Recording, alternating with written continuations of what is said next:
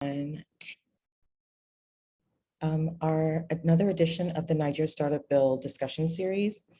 This series serves to educate the populace and the ecosystem on the bill, the status of the bill, and how the bill can serve to harness the potential of the digital economy through creating an enabling environment for startups to thrive and grow, giving lots of support to the ecosystem, from funding to capacity building and all other areas, and bringing structure to that space. Today, we have our theme for today's call and session is how the startup bill will improve businesses. So we know that there's a lot of stages it's going through, and we're going to go through the history of how this bill has come to pass and where it is, and how the way this bill was brought together by leveraging all levels and all participants in the ecosystem to make sure everybody's needs are catered for, and also everyone is carried along effectively so that everybody knows where they need to push from their own space. So we have a very exciting panel with us this afternoon. Is it afternoon? Oh yes, it's morning, sorry, my bad. But we have a very exciting panel with us this morning, and I'm happy to introduce them. But first, I'd like to say one thing. We have, partnering with us for this particular session is the Premia Business Network. It's a group of entrepreneurs and investors and accomplished professionals who are building a strong network. It has over 250 members who are successful in business, senior management, and in the investor space. And they're committed to build a platform where African entrepreneurs and investors and professionals living in Africa and the diaspora can connect to grow Africa, which is what we want to do, right? This is what the ecosystem is about, what all the startups are trying to do. They're trying to disrupt the market, disrupt the status quo, and grow. And you can't do that in isolation. So this Premier Business Network is an opportunity and platform for those players to connect and find themselves and see areas for collaboration and to scale together. So on our call this morning, sorry, I want it to be afternoon, but we have Ireayo Olaunjoye. She's the head of startups at Lagos Innovates, which is one of the verticals in the Lagos State Employment Trust Fund. She's responsible for developing and implementing government-led programs aimed at supporting and enabling creating an enabling environment for tech startups and innovation to thrive in Lagos State. She has developed and designed loads of packages to help owners and business owners in Lagos State, including but not limited to SME loan options, workspace vouchers, education loans designed specifically for entrepreneurs. She is an ecosystem builder who has demonstrated a history of working to support strong social development in Nigeria. So welcome, Ireayo. We also have on the call Oluwajoba Oloba, who is a co-founder of the Nest Innovation Technology Park. He has over a decade's experience in setting corporate structures for organizations and also leading business development. In recent years, he's focused on helping startups and SMEs develop stronger brand presence in emerging markets, save cost, and advise on valuable business models. He has a strong interest and experience in early stage startups, business development, migration, gender gap issues, equality, and emerging markets, LegTech, I like to call it legal tech, entertainment, research, policy, and the tech ecosystem. And I like his quote, he gets the job done without excuses. Welcome, Jova, to the call. And we also have with us someone who's a friend of the house, who's worked extensively on the NSB bill, is Davidson Oturu, who is a partner and head of technology at Aelex Legal. Aelex Legal is a full-service commercial and dispute resolution firm with offices in Lagos and Ghana. Davidson has an LLM in international business law and an MBA from Queen Mary Westphal in the UK. His areas of special interest include financial technology, business regulatory, compliance, intellectual property, international business, securities, and corporate finance. He has over 15 years experience advising established businesses and startups in intellectual property, fintech, data protection, cybersecurity, blockchain technology, digital assets, telecommunications, and regulatory compliance. He is also he led the team actually, which is why I say he's a friend of the house that drafted the Nigeria Startup Bill and is also a member of the Securities and Exchange Commission. And he is consistently ranked in leading directors such as Chambers and Partners, Global FinTech Guide, Legal 500, Who's Who Legal, IP Stars, and Chambers Global. Welcome, Davidson, to the call. And last, but also a friend of the house, I think we recently had a call with Victoria, is Victoria Manya, who's the Executive Director of API Intelligence. API stands for Advocacy for Policy and Innovation, and is an Africa-focused intelligence platform that provides insights on policy development and legislative bills affecting entrepreneurs within the digital ecosystem in Nigeria. API employs strategic research tools to influence policy development and ensure that they align with the realities of entrepreneurs and investors. A lawyer, as you might imagine, with experience in nonprofit organization management, data analysis, community organizing, strategic policy development, and research. She has a strong interest in inclusive development, human rights, gender equity, and most importantly, she's an enthusiastic farmer. Thank you so much for joining us this morning, Victoria. So let's just dive right into it. So this afternoon's session, we're focusing on the detailed walkthrough of how the NSB, the Nigeria Startup Bill, was designed and how this will serve to facilitate business success. We want to look at the buildup to the processes, the present stage of the bill, the collaborative efforts that have been put into implementing this tech ecosystem to drive the bill at the National Assembly, how businesses stand to benefit from the bill. What is a startup? Let's define that clearly. What do you need to be the startup that will be affected by this bill as opposed to a small business or an SME? How we can also push this in our own way in terms of what sort of volunteer activities have been facilitating the bill that's moving through the ranks, and all the different roles of the stakeholders and how startups can best position themselves to exploit the bill once it is passed. So just a quick summary before I get into the experts to give more of this. And I know this is very controversial.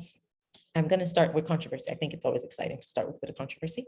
So the bill provides a legal and institutional framework for the development of startups in Nigeria, creating an enabling environment for the establishment and operation of startups and the development of digital technology related talents, right? So it says, let's establish some points, and I'm going to pick up from the bill, and I'm not an expert, but I'm starting to, the bill has really grown on me and I'm in love with it.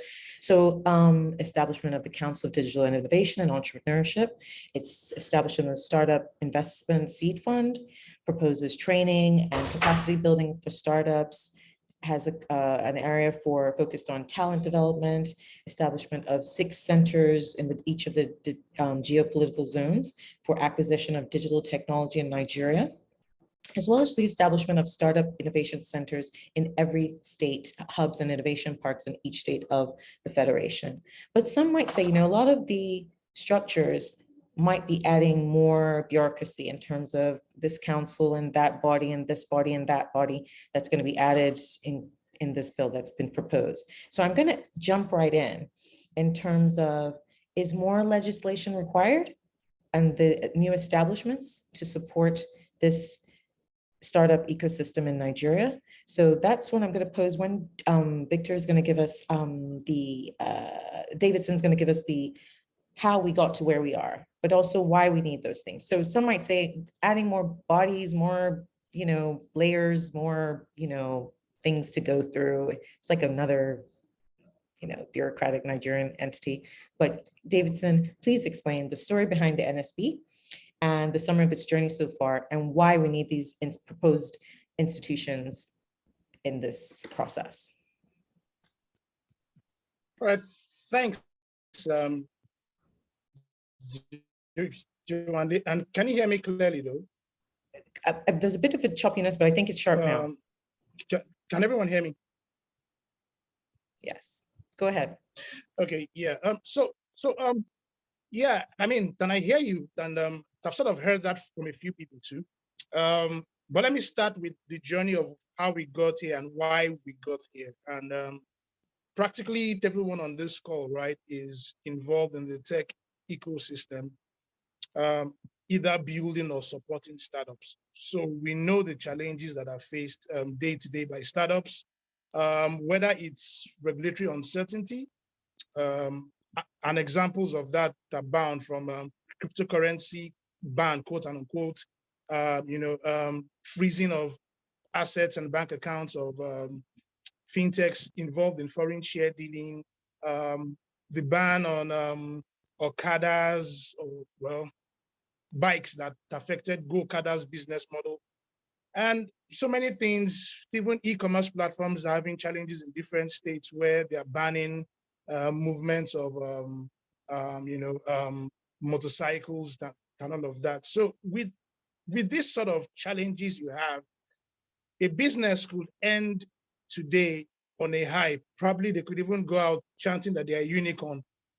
And then the following morning, the federal government has released a statement saying that that business model no longer exists because the government doesn't understand it or feels threatened by it. Now you have neobanks, digital banks emerging all over the place. It may shock a few folks to know that there's no license in Nigeria that provides for digital banking. So what most of these guys do is they get microfinance bank licenses and then they operate. So they're basically living on the edge because the Central Bank of Nigeria one day can just get up and say, you're operating illegally, shut down. And so Kuda Bank, don't quote me on that. But there are a couple of folks that may have challenges because of their business models where regulatory uncertainty exists. And the tech ecosystem requires innovation. We see it happen globally, right? The innovators are consistently ahead of the regulators. And that's just the way that life is. If we depended on regulations at all times in order to move, then I'm not sure that there will be electric cars going on right now, because maybe you say, well, and sorry for that segue, but I'll use that as an example. So I do have a client right now that is trying to, they're in the e-commerce space, and some level of mobility required for their motorbikes to move from one place to the other. The regulatory authorities in Lagos that deal with that, their guidelines only provides for gas-powered vehicles, gas-powered motorcycles, and then provides for the routes that they can take. So on the express, maybe it's only 200 cc that can go on the express. But the client wants to use electric-powered motorbikes. So what's going to happen to them? No law apparently exists for them. So what's going to happen when the authorities stop them on the road? So all of these things, right, we took into consideration and felt, look, it's important that there is a level of clarity and certainty for startups in Nigeria. And when we say startups now, we're referring to tech-enabled startups. Your question, Yewande, has so many sides to it. So I have to keep making segues, right? So Segue away. SME, Segue away. no problem. So an SME, that's like a small business, right? Small and medium enterprise. They're fantastic. Every economy needs them. In Nigeria, they pop up like on your streets, your mom and pop stores, guys that convey cement, Chukudi and Sons, and all the other businesses that are important for Nigeria's economy. But when we refer to startups, right, we're looking at businesses that are innovative, and innovative can be a very wide term, right? But we did scope a number of countries, jurisdictions, probably looked at close to 20. In Africa, even looked at the US, looked at Malta, Singapore, looked at Italy, where they have a startup act, and Tunisia, Egypt, Ghana, where they already have, Tunisia, for instance, they've been running on theirs for a couple of years, looked at Rwanda as well, looked at Senegal, where they have a startup act, looked at most of these countries. And the revolving theme was that technology and innovation was what was driving their bills, their laws. And so this act deals with tech-enabled startups. And the question may be asked, why is it called the Startup Act? I mean, we've had that argument and conversation with National Assembly folks, with the MDAs, and it's an understanding of what startups have evolved into. Can we call them innovative, digital or driven enterprises? Sure, we can. But for the purpose of this law, we refer to them as startups. And if you really look at what a startup is, you can clearly distinguish it from an SME. And if you look at the businesses that are regarded as startups in Nigeria, they're typically tech-enabled or innovation-driven. If I'm selling amala by the roadside, I am, for all intent and purpose, a startup. I may even come up with an innovative way of selling my amala. Maybe I'm doing it by maybe like drive-by amala and all of that. But, and it doesn't then mean that if you now introduce a mobile app whereby people can order the amala, you suddenly become tech-enabled. But that's a convo for another day, right? So it's innovation driven, it's driven by technology. It's sometimes disruptive, even though it doesn't necessarily have to be, but there's value. Now, the Nigeria Startup Bill, NSB for short, does provide some criteria that is considered for you to qualify for what we call labeling under the Startup Act.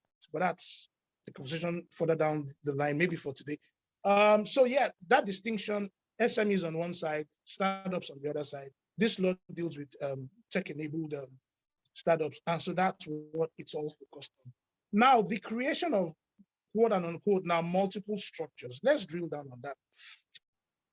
We looked at a couple of things. Nigeria at the moment has over 800 departments and agencies. Believe it or not, they are probably pushing towards 1,000 now.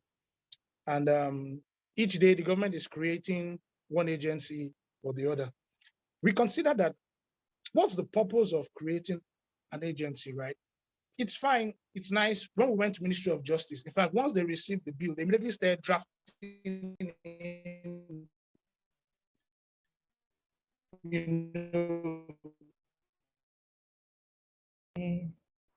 Your network has gone a bit funny for us, or is that me? Okay, Davidson, I'm thinking, can you hear me? Okay, now you're back. It went off for a bit. Go ahead. Okay, yeah, so we had to explain to them, right, that Nigeria already has multiple agencies. Now, NIDA exists for a purpose, right? And we looked at the NIDA Act as it is. We looked at the powers of NIDA. We looked at their policies. And we considered that with the structure that NIDA already has, if something else was created, that would, have some form of conflict down the line with NIDA. Also, if you are trying to set up an agency, think of how the agencies typically run and why most of them are ineffective in Nigeria. You will then look for a DG. Maybe the act will now say the DG should be from the different geopolitical zones. So we will now spend time trying to find the DG. Then you will now probably have 6 commissioners from different geopolitical zones. You will now have to populate it with directors, people down the line, the executive secretary, everybody who want a PA. The National Assembly as well may want people to be seconded there from their catchment or their constituency. They will now talk about the budget. What's the budget for this? There has to be budget. Then by the time you finish doing all of that, maybe 3 years has gone by, nothing has happened. And then it just enters into the recesses of where other agencies have gone in Nigeria. And everybody starts to ask, what was the purpose behind this? But you already have NIDA that has statutory powers already. We consider that there really is no need to create another agency. So NIDA plays a role in that bill. Now, people saw the NIDA amendment bill with some of its strange provisions. NIDA has probably had to consider working itself back on that bill, because when it saw the Nigeria Startup Bill, they immediately went, they were so excited. In fact, one of them, who is a director there, he was like, look, did we have a spy that saw what they were planning? We said, no, this is the way the world is going. And then they suddenly started realizing that rather than being penalty driven, because kudos to guys that are working in the government, right? But they're always thinking in a particular way. The private sector probably has a different way of thinking. And we're looking at an enabling environment, right? And NIDA can play that role. And by playing a role in driving and implementing the Nigeria Startup Bill, that would also make them operate in a way that is more collaborative with the ecosystem. So NIDA serves as a secretariat under the bill. There is a council, yes. And the reason why that council was created was, again, takes me back to the stories that I started off with, where you could just get the government involved in all manner of strange things. That council is headed by the president of Nigeria and the vice president as the alternate chairman. Question may be asked, why do you have the president there? And don't think about who is in power now, good or bad, but the next president we may have in Nigeria, maybe somebody like Joba, for instance, who is tech-driven. Now imagine what that kind of person sitting on the council would be able to do. But we felt that it's important to have the president on the council because of the executive powers he has and the directives he can give to agencies like the SEC or the CBN and say, look, no, you can't come up with those sort of regulations. The Nigeria Startup Act exists and is a collaborative tool. Why don't we do things right, with how this ecosystem can grow? So that sits with the president and the vice president. You also have the Minister of Communications and Digital Economy, of course, rightly so, sitting as the vice chairman. You have the DG of NIDA. Then you have the Minister of Science, Technology, and Innovation. You have the governor of the central bank. And you also have the Minister of Trade and Investment, Industry, Trade and Investment. Those are the only government, bodies / regulators you will see there, and rightly so, because we're talking about digital economy, we're talking about finance, we're talking about funding, all of those things. You definitely need the buy-in of these key players. But what we then introduced in the bill as well, which we consider quite innovative in itself, is there is what is called a consultative forum. Now, that consultative forum is made up of ecosystem players. It has startups, it has VCs, angel investors, impact investors, equity fund managers. You have industry associations like FinTech Association of Nigeria and other stakeholders who are involved in the growth and development of the ecosystem, technology and innovation. You have accelerators, you have incubators forming part of this consultative forum, which is written into the bill. And then that consultative forum will be able to elect 3 of their members to sit on that council. Now, follow me on this, because you see, when we have 3 members sitting on that council, it means that whatever decisions that council will issue or directive it will give would have the contributions and buy-in of the ecosystem, because you would have sent your representatives in there to be able to speak on your behalf. Now, there are a few associations like the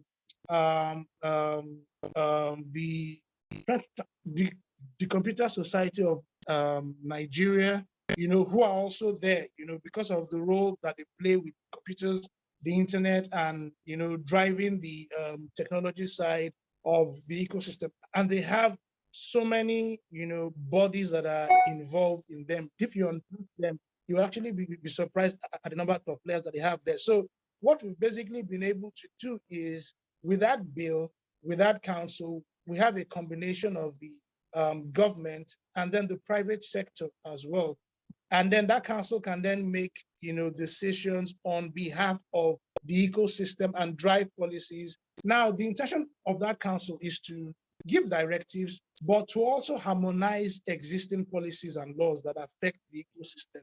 So what we're looking at that being able to do is that the Central Bank of Nigeria or the SEC cannot disrupt businesses unilaterally. The buy-in of the council would be required, because this would be a statutorily enacted body that exists with the power to sue and be sued. So what we've in effect done is, without creating an agency that would come with all the trappings and challenges of our country, we've been able to create a council, and we've also been able to give NIDA the right tools to work towards driving the growth of the ecosystem. You mentioned the seed fund, right? So again, so the labeling system, because probably one can't speak about the seed fund without talking about the labeling system. And don't worry, I'll be done in the next 2 minutes. This is not the monologue. So there's a labeling system that exists under the bill. Again, this was something I'll be honest to say that we borrowed it from a few other jurisdictions. Because you see, if we say all the startups in Nigeria come out, we probably see like 50,000 that will come out, or maybe 100,000.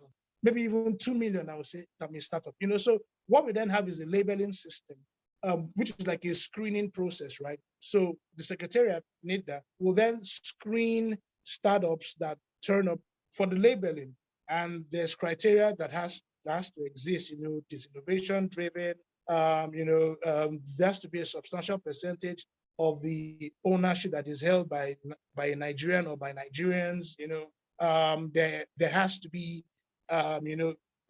probably having some kind of proprietary work, maybe if it's IP or something, but that just shows that you are in the innovative space and, a couple of other things. Now, if you qualify for that and you are brought into the program, that then qualifies you to a couple of incentives. Part of it is the seed investment fund. The seed investment fund is going to be run by the NSIA, Nigeria Sovereign Investment Authority. Again, because we consider that if we left it open, you could then have a situation where some government guys will just be dipping. I mean, NIDA has a fund, right? I don't know what it's used for, but there's ITF, there's SET fund. There are so many funds. I just read this morning, the federal government wants to now start taxing companies for an NYSC fund. And I'm just shaking my head because already with the horde of funds that exist in Nigeria, I don't know why we now need to create. Anyway, again, let's just shift that aside. Let me get it. So NSIA would run the fund and then would be able to seed it from different sources. We didn't want them to seed it from existing funds because again, that creates a problem. But we already know what the NSIA does and can do. So serving as the fund manager, it can open that process up to the public and people can then crowdfund, or it could do a funding round, it could do a raise, it could seed it from different places or even from its own existing fund, right? So if you're qualified for labeling, you then get funding when you qualify for that. So I'll leave it at that and I'll probably come back if there's any other thing that requires my input. One thing I want to ask you about the bill. No, thanks for, I mean, not everybody's like conversant with the details of the bill and where it is, but where is it right now? That's a really short 1 minute. Where is the bill right now in the chain of getting passed? Yeah, so the bill was signed and forwarded by the President to National as an executive bill. It's gone through the first and second reading at the House of Representatives. I think it's gone through the first reading at the Senate. It's moved to the second reading, but that hasn't been concluded. But I think anytime soon. I think they probably went on recess yesterday or so. So I probably need to check if the second reading was done before they went on recess. But that's where it is now. And then there'll be the third reading, stakeholders engagement, and then it will come in for the final, joint session, and then it's passed into law. So I would say we are more than halfway done. Hopefully before the end of May or June, we could be done. Victor just confirmed that it's gone through the second reading. So yes, so it's gone through first and second reading at the House of Rep and the Senate. So it's in a good place now. It's in a good place. So we're standing by, and then we're also bringing to the conversation what we all can do to help nudge this along a little bit in our various capacities. So I'm going to bring Ireayo to the conversation. So I know I said something very early on in terms of, we've said the Nigeria Startup Bill and Lagos State Employment Trust Fund, support entrepreneurs, startups, SMEs. So I would like to be, and I know Victor alluded to that someone selling Amala on the street can possibly benefit this, but I'm thinking amala.com. Someone created that and it could really spread, or someone packaging it. It could work. I'm telling you, if you're getting Amala in some sort of packaging and it's in Sainsbury's and around supermarkets and around the world, they've got something going there. So we need to think about that, but it's leveraging some sort of technology. So from your experience, is it all tech businesses only that we're speaking to, or are there some non-tech, or what do the non-tech businesses need to do for this bill to be applicable to them?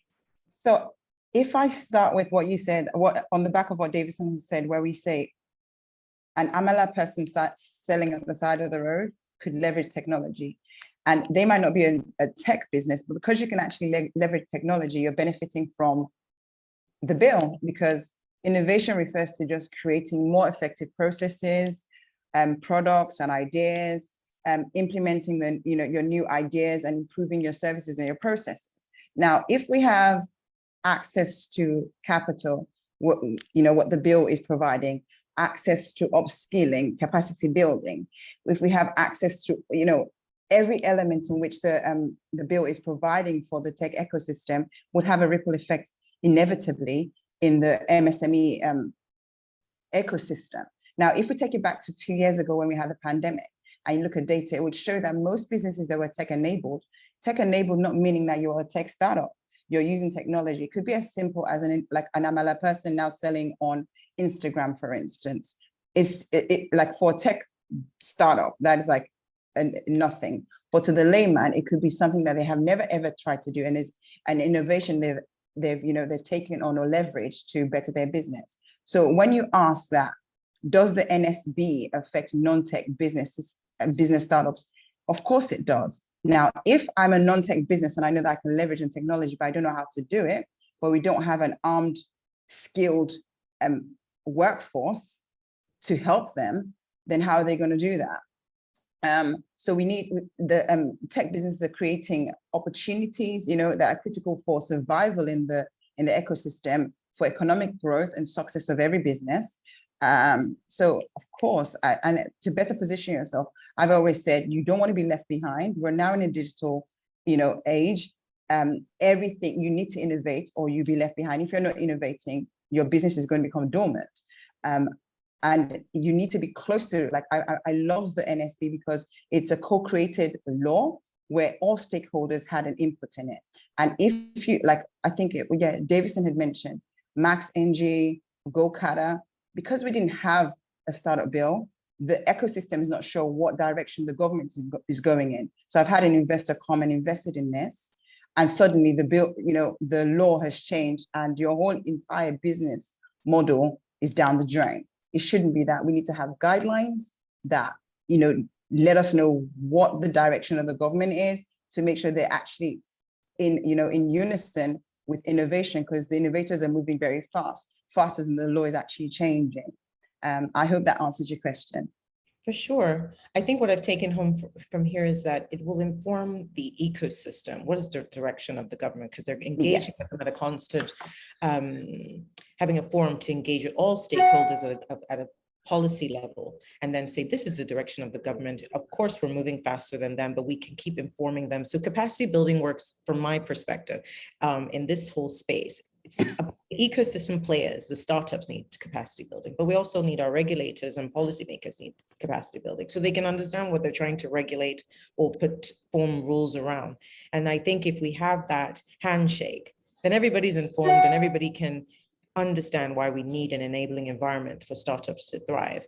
And so speaking to your point, can any business benefit from this? If you're trying to disrupt and scale and have 1 million, Okadas have been here for years, right? They didn't come yesterday, but the fact that you're now using them for deliveries and even for pick, it's because you had this tech enablement, and then that allowed them to scale much faster. We were always delivering things. It didn't start yesterday, or we didn't have taxis. It just started because of Uber or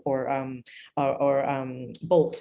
But because there's an easy way to call it, we're like, oh yeah, the taxi's everywhere, and it's so easy to get a taxi in every city. So I think that's so important in terms of letting any startup, especially in your space, with the businesses that you come across, letting them know it's about knowing how technology can enable their business to scale beyond what it's doing right now. So that's so important. So I'm going to bring in Joba. Okay, we mentioned that this session is in partnership with Premier Business Network, a group of people creating a platform for investors, entrepreneurs, and other stakeholders to connect and collaborate to grow businesses within Africa and the diaspora, and just scale, take Africa to the next level. So how is the NSB, or how can the NSB benefit stakeholders such as the investors? And these stakeholders, especially the investors and that are looking at this, and also the founders, what can they exploit from this bill? Thank you very much. I think David and Ireayo already, they've done most of my job ironing this, but quite importantly, I think this is a bill in the right direction, in the sense that most of the things the bill is trying to answer are the problems we're facing. So for instance, an investor is coming to Nigeria, one of the most critical things they want to know is certainty of business, ability to put money in the government, in the ecosystem, and also being able to take the fund out. And before now, I mean, going back to the max.ng and GoCada issue, it's not like bikes are not working now, but the fact that the people at the ends of their affairs operating, running the government don't understand that because it's a tech-enabled business, it's quite different from just someone jumping off the street and just picking people up. And the engagement is quite important for us, so that we also be part of people handling and doing the decision. So in this regards, I like the fact that even from the point of view, getting the people within the ecosystem sitting at the table to determine what happens, it's a huge step, in the right direction. And secondly, I think also, I know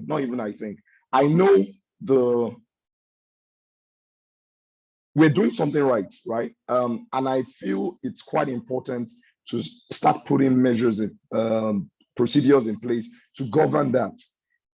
Nigeria is becoming a big deal because we're not selling oil, we're selling talent, we're selling tech, and it's becoming a big deal. We're having unicorns, spin off every day. And I know if we don't move very fast to actually lock these things in, it may actually be a problem down the line if we don't put procedures, regulatory guidelines in place to guide that area. Lastly is speed is of essence. If we keep running the same way we've been running and we leave it to the normal laws, there are plethora of laws that govern that area. So it's just quite important that the procedures, operations, how we're going to move it, then the industry players who are within the sector are also able to give them the feedback, know the next thing to happen, and we move fast. I think it's a beautiful one. Everything answers different questions. Setting up the fund definitely affects business within the ecosystem.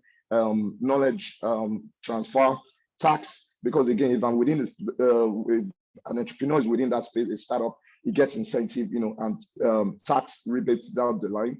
I'm also connecting the universities with innovation and building knowledge capacity from that area. So everything is interlinked, and I feel it should be a very good one for everyone. Thank you. Okay, I see Ireayo's hand up. Do you want to contribute towards this? Go ahead. No, that was an error. Okay, all right. Let me see if okay, great.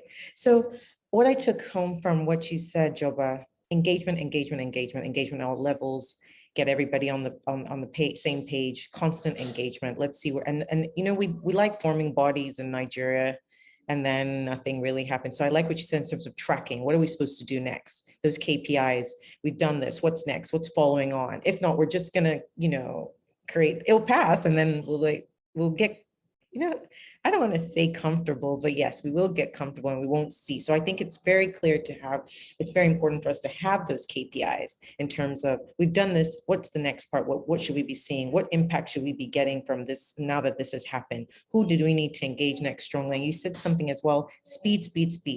Have time, lock in those timelines. We want to do stuff so that we don't, slow the pace down, because the startups are not slowing down.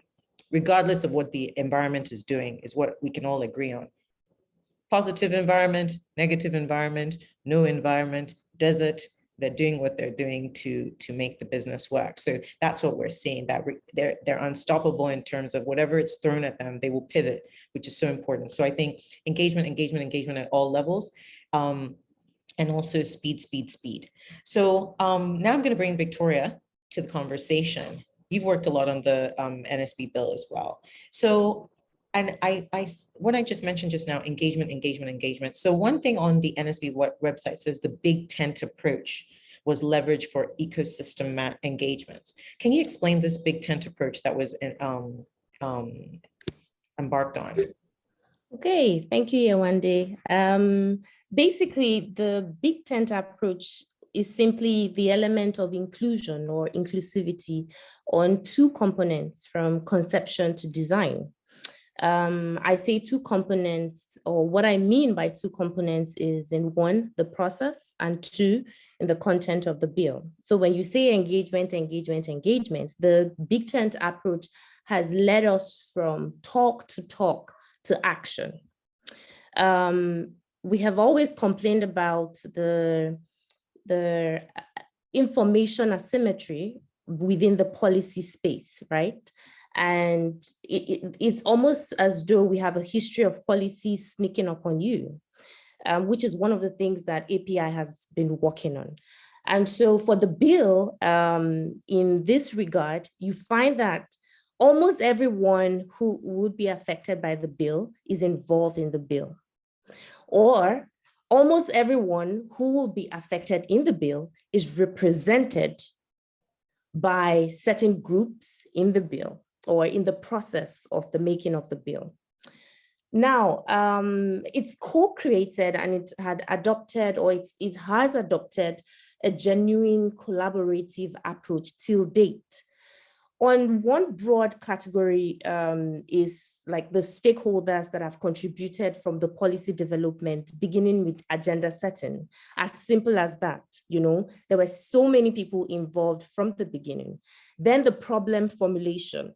And here we had to, talk to and engage with a spectrum of startups, VCs, MDAs, everyone basically. And, for me, the various drafting stages also were intentional about adopting multiple iterations to reflect the needs of all the stakeholders that I've mentioned. And this was done in a balanced approach manner. Now, even the plans to operationalize the bill afterwards, the implementation, evaluating the KPIs, the key performance indicators afterwards, have also adopted that big tent approach. Now, the approach encouraged the engagement of a broad spectrum of views among stakeholders, like I said, from founders to investors, to development partners, to the government, etc. You see that we held town hall meetings. I belong to a number of WhatsApp groups representing different groups of people, down to the volunteers, at various levels. And this also captures the top to bottom and bottom to top policy design approach. Now, it's in contrast to what we are used to, other processes that employ a more predetermined ideology and then seek to impose on stakeholders what the policy or the policy makers think should be the case. Here, the stakeholders were represented in many ways that foster an organic ownership of the bill. We had private sectors, actors, like I mentioned, from VCs to angels, and then we had those consultative forums with, the MDAs. And now the other strand that I speak of when I say the big tent approach is the two streets or two-way street, is the intentionality that went into capturing the interests of all stakeholders in the content of the bill. Everyone has a section. It's such a beautiful bill that sees that we are able to address the multiplicity of regulatory environments by encouraging that harmonization, or the synergy within the government, bridging the gap between regulators and the private sector actors, and also making room for others, sort of like a call to action, for those who want to go into tech or want to be enabled by tech, but do not know how to go about it, right? So the big tent approach basically covers everyone and leaves no one behind. So the bill has been curated in such a way that everyone who is interested, who is affected, who is impacted, doesn't stand the risk of falling through the cracks, unlike what we see in many of our bills. So I think the big tent approach for us has been one that is changing narratives, changing narratives about exclusion, changing narratives about leaving certain voices behind, So here, everyone has been captured. If you look through the council, the constitution of the council, the secretariat, or the role the secretariat is going to play to harmonize all of these things, the consultative forum, you see that it is indeed a big tent, if you can imagine it, that is capable of taking or accommodating everyone's needs through the process, and also in the content of the bill, reflecting what each of these groups stands for and stands to gain.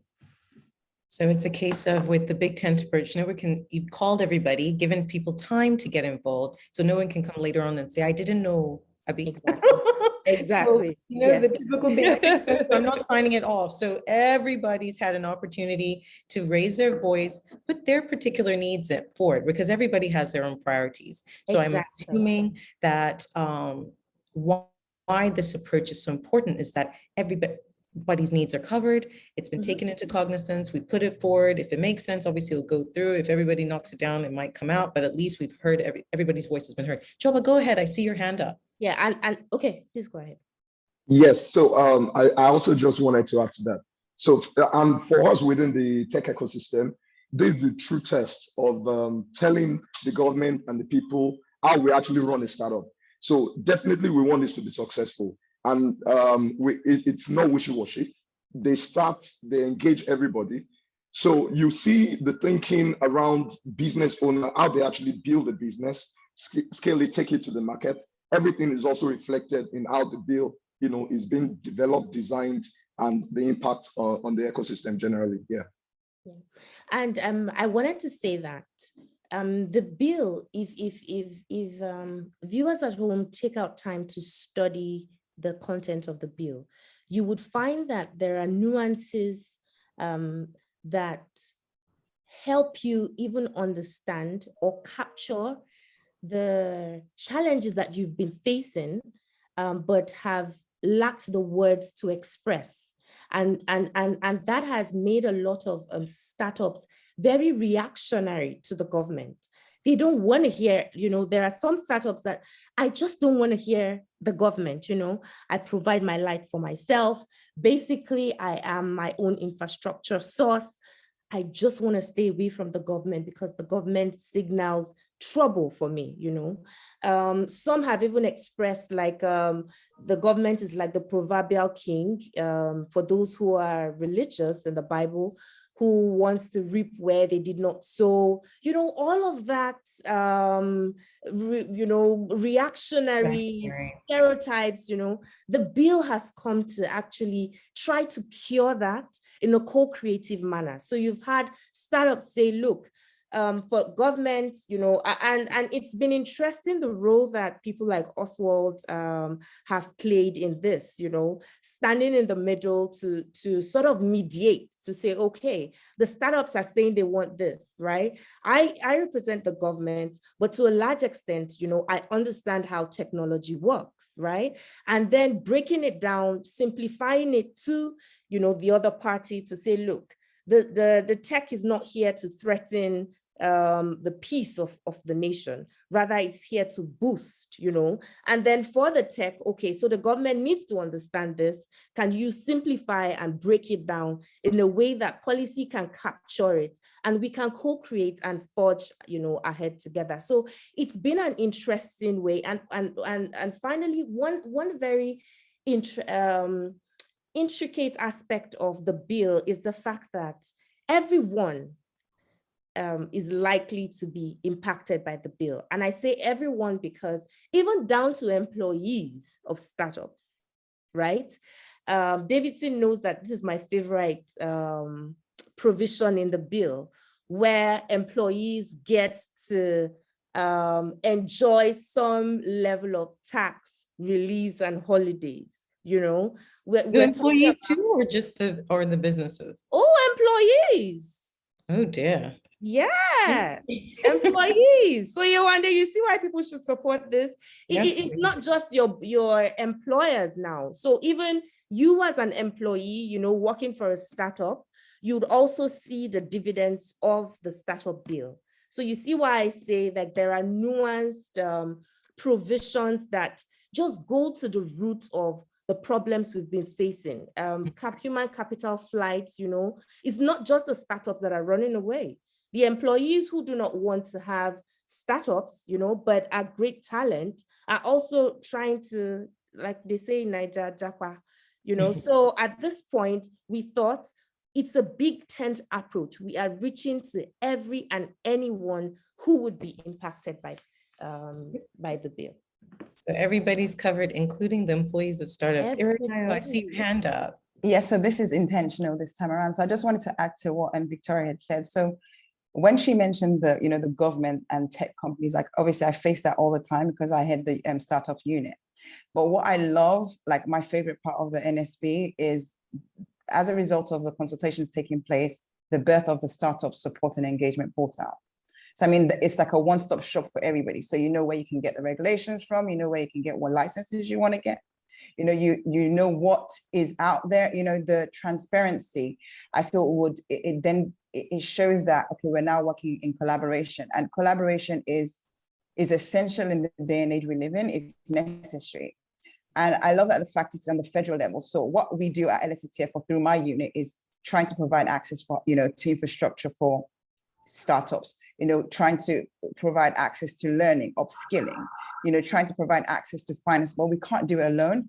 And I feel if it comes from federal and cascaded down to the states, it's more likely to succeed. So, you know, there's less to, you know, you're not fighting so many battles. The law gives you the guideline on what to do and how to do it. So you've made it truly like we're like LSETF is creating an enabling environment for job creation and wealth creation in Lagos State. And then when you go down to what Lagos Innovates does is specific to the tech ecosystem.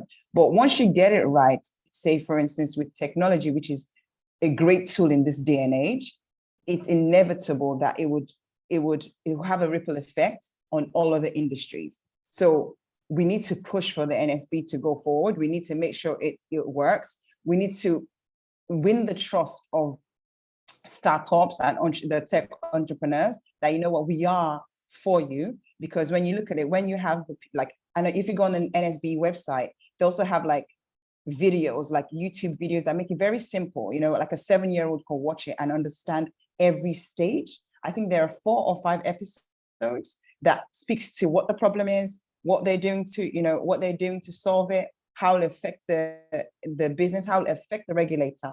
I was on a call the other day where we had, you know, somebody saying what you need to do as a business owner is make sure you are working hand in hand with regulators. And this is an opportunity where the regulators, all stakeholders have a common goal, and the common goal is the betterment of the society we're in, and we're trying to work together. So if this can work, we can, you know, copy and paste it in every industry we need to. So that was just my ad. Thank you very much. Thank you. But I'm going to piggyback off what you just said, because everybody, and I know you guys know I'm naughty on this call. I like to bring out the controversy.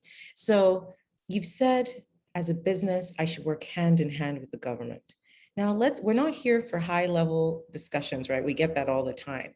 How do I just walk in, hey, Mr. Commissioner or whoever, I want to work. Like I would say, like How? Victoria had mentioned that they, like the big tent approach, they had stakeholder meetings, they had town hall sessions, and I've been where I've been speaking to you know, entrepreneurs, and I'm like, if you need to keep your ear on the ground to know what's happening. So if you're a startup and you didn't know about the NSB, there's a problem. We're startups and we're supposed to be tech enabled. You've got access to data. You should be looking for things that will affect your business and show up for these things. So if there's a town hall session, you go so that your voice can be heard. You know, that's what I mean by when I say be involved. When this bill is being in place at this stage, obviously is gone past certain stages, but this was open to all to, you know, to speak or share your opinions. And you have to constantly be interested in what would affect your business. Okay. Joba, is this the new hand or the old hand? New hand. So new hand. Bring it on. Yeah, Bring it on. I'll make it very brief. Mm-hmm. And also like this kind of engagement, I think they've done pretty well to take clusters and circled organizations, networks, and communicating through those kind of places. So for instance, the PBN, we have over 250 business owners. We have investors, we have people in Nigeria, we have people in diaspora, we have VCs, we have policymakers, we have people in government. So that way, these are automatically going to reach wider spectrum of people. We have hub owners. So for instance, in my own hub, it's my responsibility to communicate to the tech guys within my space, to go to the Nigeria Startup Bill website, for instance, get information. When there are benefits coming from there, it's also very easy for me through my newsletters, on my website, on my Twitter, Instagram handles. And so it's everybody's responsibility to make sure this is actually beneficial and impacts all the business that we have reached to. Thank you. So I'm going to summarize what all three of you said, Victor, Ireayo, and Joba have said. It's just cascading this information, right? It can't be in someone's pocket somewhere. We need to blow it out everywhere, every platform, every medium, the physical one, come to a physical town hall, online town hall, Twitter, Instagram, Facebook, whatever, Snapchat, whatever. We need to use all platforms. Nothing is beneath all of us in this space, right? To get, however people like to consume their information, we need to make sure they're aware of the NSB, what it can do for them, and how they should be pushing their local legislators to sign this, right, along the way. So in terms of that engagement and also from being carried along, like you said, if there's an update and subscribe to the NSB newsletter so that you know where it is and where it's moved to, what questions have come up, what other additional things we should be thinking of, and also preparing for when it goes live. So that's so important in terms of the big tent, in terms of we co-created this bill together, but also we should still have a handshake, all of us, in terms of how is it moving along? How do we cascade the information? How are we going to sweat this when it goes live? How we keep collaborating through networks and associations like the Premia Business Network and other accelerators and other forums, even the numerous WhatsApp groups that Victoria is on. So that's, just keeping that going. But Victor, I want to say something in terms of the volunteer activity. I want to know what you guys have been doing. And just to let everybody know, this thing sounds like a painful, but very important, painful process that you guys have gone through, those volunteering on this work for the NSB bill. So just give us a high level in terms of the volunteer activities and facilitating the bill thus far. Davidson. I said Victor. I'm looking at something in front of me and I said someone else. Davidson. Oh, really? So I actually thought that it was truly Victor, because Victor. Oh, Victor, I know Victor's a yes, but it's you I wanted to direct this to. Okay, well, so what had happened was, of course, we needed to approach this in a completely different way from which other bills are typically approached. And like Victoria said, it's a big tent approach, right? So it's not just the government, it's not just the private sector, it's everybody collaborating together. And so what was done was a secretariat was set up. You have people like Oswald, who is the senior special advisor to the president, part of that secretariat structure. And then you have a lot of volunteers, people who are volunteering their time, volunteering their resources towards setting up different town hall meetings, printing T-shirts, showing up at different places, writing content, working on the website, doing videos.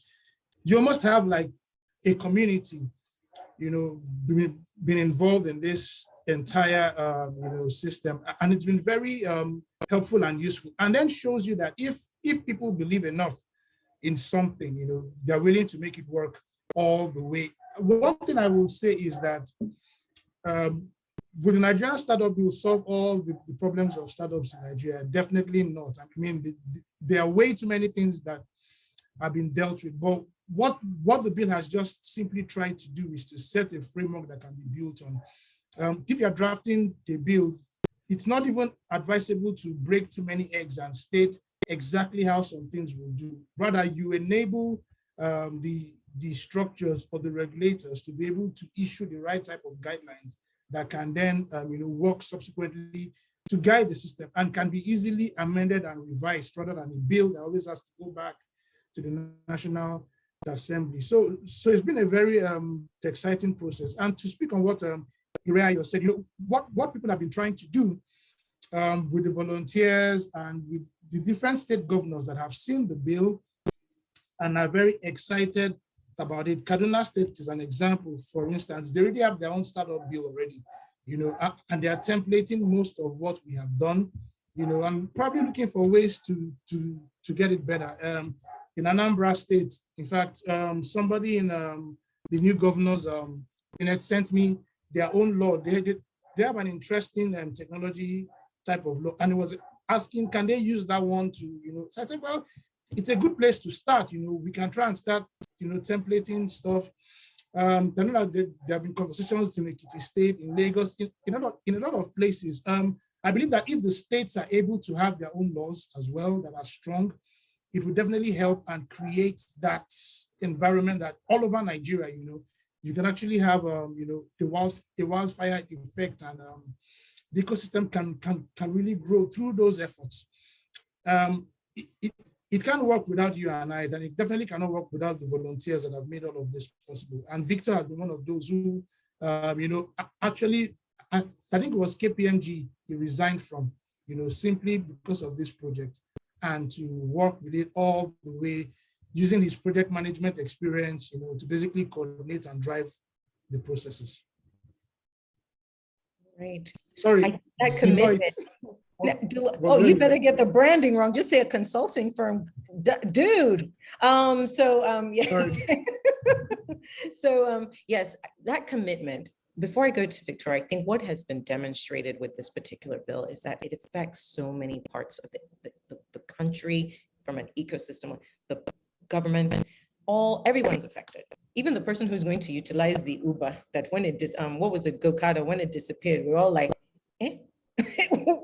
We've all got used to something. Don't take my convenience away. And I think this is what it's all about, right?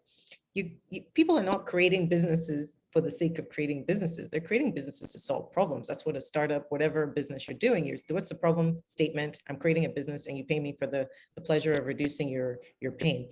So when the business goes away, for whatever reason, in particular now regulatory, penalties, cost of doing business, whatnot, it just throws all of us as consumers into a curveball, right? So this is why, even from a consumer perspective, we need this bill signed, right? And so that's why everybody needs to be carried along, not just the startups, not just everybody, even down to the person consuming what the people are providing that. Do you know that if you don't have this bill, they can take what you're enjoying away from you, that you've gotten used to, like you can't even imagine life without it, right? So I think the more we cascade it even to the nth degree is so important. But Victoria, please come in. I wanted to point out quickly that something I have noticed about the bill and the entire process. One is the bill has been couched in such a way that engagement with government would no longer be a privilege, but a right, as it should be. And so when you asked the question previously to Ireayo about, engaging with the government, or engaging, I think it was with the government, a lot of people do not know how to engage with the government. The best they do is to call out the government on social media, but there is a way to productively engage with regulators and engage with the government that aids your business, rather than just depresses you and gives you that convergence, ecosystem of complainants, But now the bill would help each and every stakeholder, private, wherever you stand, channel your energy towards a constructive and more structured way of engaging with the government, engaging with the interventions that exist, engaging and even, laying bare your complaints, for instance, through the one-stop shop, right? And I was going to add to what Davidson mentioned for the volunteers and the approach. I noticed reflecting for this session that this process has actually helped us understand how ecosystems should work. You know, when we say ecosystem, we say it as though it is not a part, or the government is not a part of the ecosystem. But ecosystems involve the government. At least the blueprint ecosystems that we know, and the biological ecosystems after which the concept was curated, involves the government at the base of policy and regulation. So in this instance, in the process of midwifing the startup bill, you find that everyone is doing what they're supposed to be doing when we call the ecosystem to midwife a startup, to support startups. Everyone is doing what they're supposed to be doing, and they don't know it yet. And maybe that's also an aspect that we need to highlight.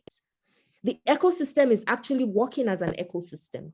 There are volunteers from different parts of different sectors of the economy, who are bringing in their skills to see how they can push, and help to midwife this bill that everyone is, eagerly anticipating. And that's how startups should actually be supported, So for the volunteers, it just, when you ask the question to Davidson, it just came to my mind that this was what I was reflecting on yesterday. Everyone is doing something to ensure that this bill is a success. And when this bill passes, it would make people, like, we have already started a culture, a culture of doing what we're supposed to be doing, right? So it wouldn't be new anymore. It wouldn't be new for, Yewande to be doing what she's doing, or for Oluwajoba to be doing what he's doing, or Ireayo, or Davidson, or myself, or Oswald, or Kasim, or Titi, everyone. It wouldn't be new to us, it will now be a continuation of a tradition, of a culture, of an ecosystem that has been rebirthed. I just wanted to add that. Thank you, Victoria. I think what you've said is so important, knowing what you're supposed to be doing at any given time. You might have been doing it, quite frankly, in a silo fashion, but now there's a coordination of it, right? We're all doing our bits together. So therefore, the little bits make a perfect whole, as opposed to quarters of the tangerine all over the shop, as opposed to making one fruit. Sorry, I had a tangerine yesterday. It was so delicious, but I just had to use that analogy, that if it's together, you know what I mean? Because if it's all scattered all over the place, how do you make a perfect whole in a puzzle? So I think what you've just said is so important in terms of the volunteers knew, this is my part of the industry, this is my role, this is what I need to be saying, this is how I'm representing everybody in my industry. And having those multifaceted views came to build a very non-contentious bill. You don't have many people saying too much negative about it. Do you know what I mean? It's just that, because everybody's views have been taken into cognizance. But we have a question here, and I'm going to put this to the lawyers in the House. So I know that the bill has not been approved yet, but my question really is, what provisions have been made to make amendments when the bill becomes an act for issues that have not been covered in the bill / act? I ask this because the predominant issue that surrounds laws in Nigeria has not been anticipatory and the long amendment process. I don't want to put anybody on the spot. Anybody want to pick this up? Yeah, sure, that's fine. So you really can't have an anticipatory bill or law in that sense, or else, everybody would just be amending things at the drop of the hat. There is why that legislative process exists. But like I had said earlier, I can't remember what I was when I made the last statement or when I started out. What we've done is there are provisions that, rather than writing them, and this question is actually quite a relevant one, right? Because if we write in too many things, or if we break too many eggs and say this is how everything must be, it then makes it difficult to change that, because you will then need a law to amend it. But if you say, for instance, and you see those kind of provisions there, things like that the Secretariat shall make laws or when I was talking about the seed fund, what we had there was that the NSI would make, the regulations for how the fund will be funded, accessed, and managed. What we've done is we've empowered the NSI to do certain things, but we've now left how that will be done to the NSI, and the Secretariat to work out how you can access certain things. So then the NSI can issue something, but then change it next month and all of that. But if we write how they will do it, that it must follow this process, it must follow that process, then in order for us to change that, you would always have to go to the National Assembly because it's written into the law. So you really cannot have that anticipatory process. What you can just do is to make it, don't make certain things too specific in particular areas so that you don't then create that difficulty around amendments, which is what we've basically done. But you would always have the amendment processes. That's why laws are still getting amended globally anyway. But I think the ease in passage when it comes to amendments is less of what the law provides and more of whether, sorry to put this out there, but how the National Assembly approaches the importance of certain laws and how they affect the economy. That's right. Anyone want to contribute? I think that's so important. Being hyper specific, like what you said, we make it so tight, right? And then it will never, too many discussion points. That means it won't move on, right? Because it's like, you're so tight on that, but you like what you said in terms of, it's got everything covered to an extent. And then when you want to add something in, because you need room to maneuver even within the space of what you're passing, right? So I think it's so important for people to understand that. And overthinking, yes, the whole world is going to change. Nothing is constant. So there will be amendments. So I just think, let's get the one we even have there passed. I don't know if that's the language I want to use here, but let's focus on the one we have. And when we need to make amendments down the line, we'll figure out how we get those passed, because that takes forever as well. So I think it's a very important question, but I think if most of the ecosystem has been covered in this first cut, then let's get along and move along, if you know what I mean. So that would be my only thing on that.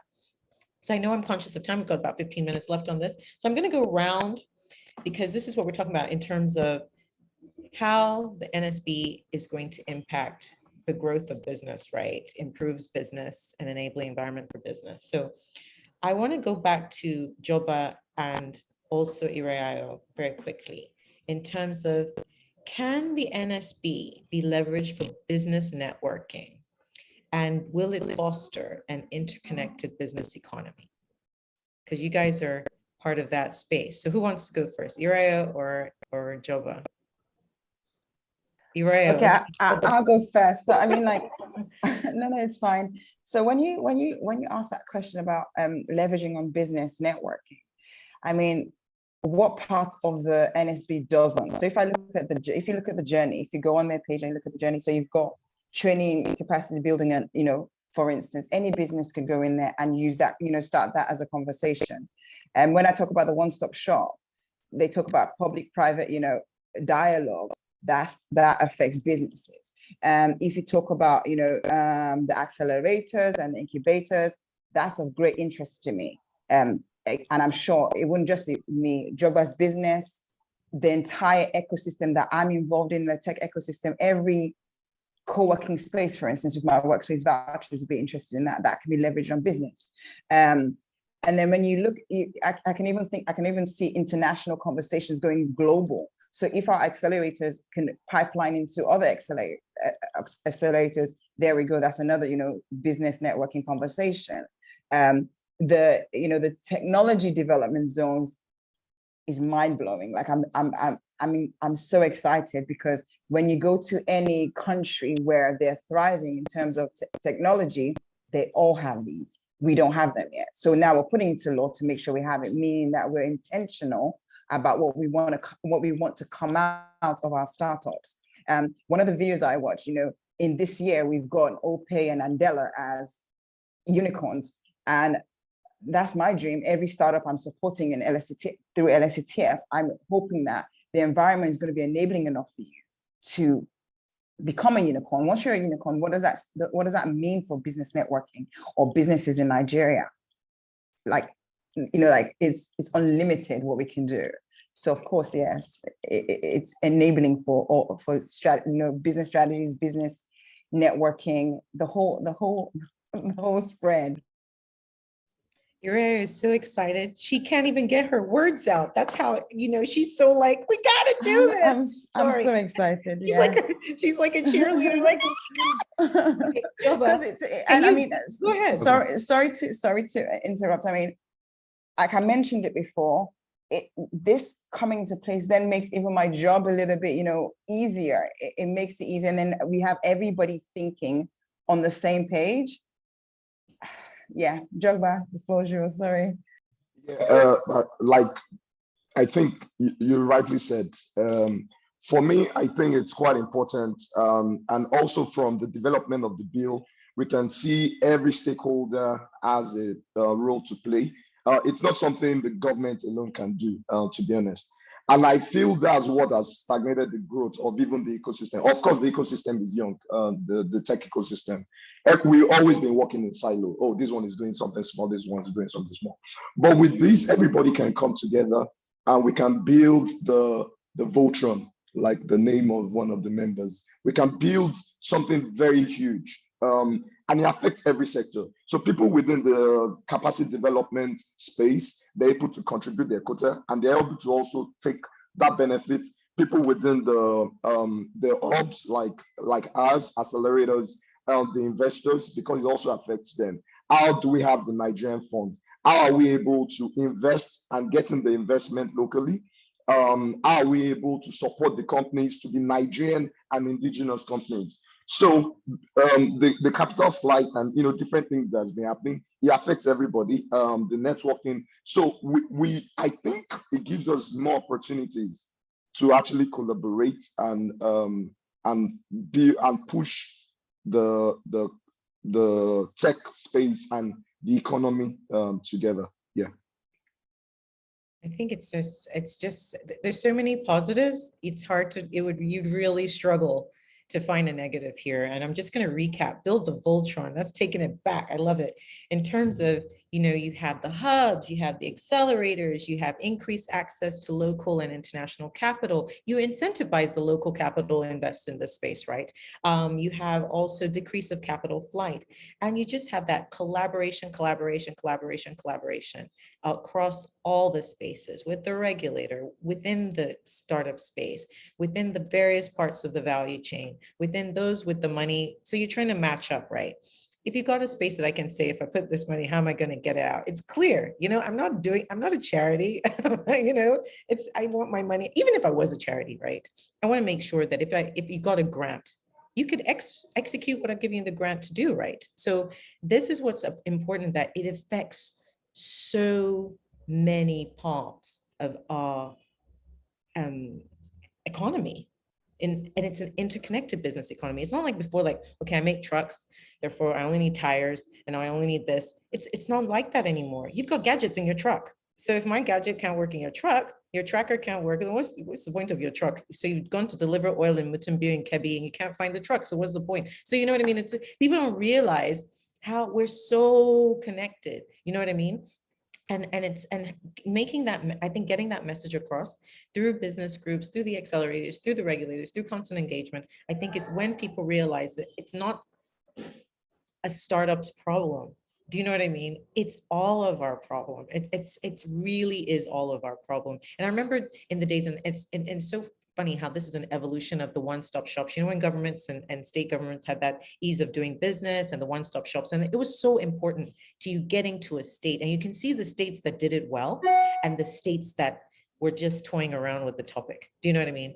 They immediately climbed in the ease of doing business rankings globally, not just in Nigeria, globally, that you come to this particular state, instead of having 24 desks to register your business, and so this is going to be so important as well. If we remember that, and maybe I'm showing my age, but never mind.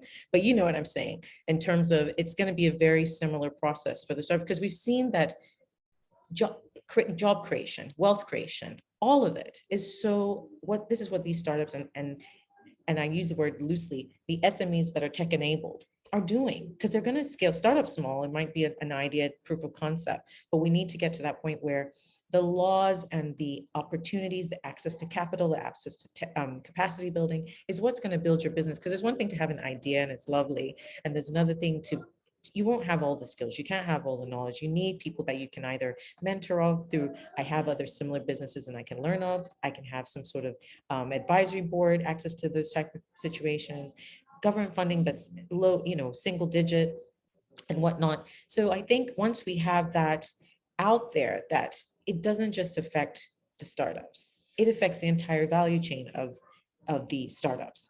And that is what I think sometimes when I'm hearing the conversations about the startup bill, I think people think it's not, it doesn't affect them. Even the legal guys, the Aelexes of this world, it affects you, right? Because that, I mean, a client needs to have an enabling, you don't want to sit in court for how many years and that sort of thing. But I just think it's like, I'm getting excited like Ireayo in terms of, it's just got so many layers of how it's going to transform this market. So I'm going to thank everybody, but I want everybody to give that one closing point, right? We've got 5 minutes. So I'm going to start with Davidson, that one take home from this conversation today. Thanks, Yewande. I guess my take home is the enthusiasm of Ireayo, because I mean, hearing her speak about the bill, I almost felt like sending her forth as an evangelist, just going to be evangelizing about the Nigerian startup bill. But yeah, but the take home is that this bill basically affects our work, and using that collective term now, meaning each and every one of us that is on this call, and think about the progress that has been made in Nigeria with the limited government and regulatory support. Now juxtapose that with where we can be when we have the right type of support. And I always like to use Tunisia as an example. They enacted their own startup bill in 2018. And over the last 4 years, it's been an amazing experience. They've labeled, I think, over 200 startups. The last time that I checked, I think they were looking at over $25 billion in revenue from those startups who are enjoying the different incentives that comes with the labeling and are building the Tunisian economy. Imagine what could happen with Nigeria with the amazing experiences we have, the innovators we have, who have come this far with little or no support. So I'm excited, and it's a call to arms for each and every one of us. Is it a perfect bill? No, it's not, but let's support it and ensure that it comes into law. Okay, thank you. I'm going to go to, I don't know who I should have. We have to have Ireayo as the last excited closing points. I'm parking all y'all. So I'm Ireayo for a minute. Joba, your last closing point. Okay, yeah, for me, I'm also very excited about it. For me, it's like for us by us, and I think we also need to really push it that way. Definitely, I also want everybody to be optimistic about it. When we're optimistic about it, then we start seeing the benefit and how it's going to be beneficial to us. A lot of time we're also like, oh, what's government going to do? It's just another bill. But as much as possible, we need to start seeing the benefit. And also when we get into circles, when we get to conferences, when we travel, when we're discussing with government policymakers, we start telling them and helping them see how important it is and how it affects everybody. Thank you. Thank you. Victoria, your last point, closing point. Yes, the last question, or the question that we took on the session, made me realize how traumatic our policy history has been. And we're already thinking about amendments and the bill hasn't been passed yet. But I'll say this, the fact that it creates a cyclical relations between all stakeholders connotes the potency of networking and an interconnected strategy that aligns with, one, closing the gap between regulators and other stakeholders, and closing the gaps between or within regulators themselves. The position of universities, polytechnics, innovation breeding grounds are other networking potentials that give stakeholders the reasons to move around. And when you move around, you see things that need to be adjusted and you see things from the lenses of others. There are also provisions for showcasing or showcases, pitch competitions, fellowships, and other related programs that in essence normalize a healthy interdependence and networking culture. So all of this for me, though Davidson keeps stressing that the bill isn't perfect, but it is close to perfect, at least within our context, you know, and perfect for me is not that it solves all our problems at once. Perfect for me is that it carries us all along in looking for solutions to our collective problems. Thank you, Victoria. And Ireayo, our most optimistic and excited panelists this afternoon. Thank you so much, Yewande. I'll say my last statement or takeaway for people today is the bill is a solid foundation to start with. We've co-created the bill. It's got favorable tech enabled, is a favorable tech enabled law. And I think it will only help in unleashing our potential as a country, considering that we've done so much with this, you know, the situation we're in without the guidelines and the laws that we need. This is a foundation that we've co-created it. We need to make it be passed. So everybody should be behind it, give it a shot, and let's see where it takes us. It can only take us further and better because we've done so much, because Nigerians are, you know, they've got tenacity, they've got, you know, always they fight, they keep going regardless of what the circumstances might be. Now, if we actually create an enabling environment, which is what the law is trying to do, imagine what we can unleash out of Nigeria. So support the bill is what I say. Thank you. That's why we saved her for the last, right? She's going home with that optimism that we need to have on this. But I think more importantly, we need to continue the engagement about the Nigerian startup bill. I implore everyone to go to the website, subscribe to the newsletter, stay up to date, stay connected, stay engaged. I want to thank all my panelists this afternoon. Ireayo Olaunjoye, head of startups at Lagos Innovates at LS ETF. Oluwajoba Oloba, co-founder of the Nest Innovation Technology Part, Davidson Oturu, who is the partner and head of technology at Aelex Legal, Victoria Manya, the executive director at API Intelligence, and me, who didn't introduce herself at the beginning. I think I'm a rock star, don't worry. Yewande Adewusi, I'm the executive director of commercial at Tangerine, Africa. So thank you for joining us. See you again next month, and go follow the NSB website and stay up to date. All right, then. See you next time. Thank you very much. Yeah. Thank you, everybody. Startupbill.ng. Thank you. Great.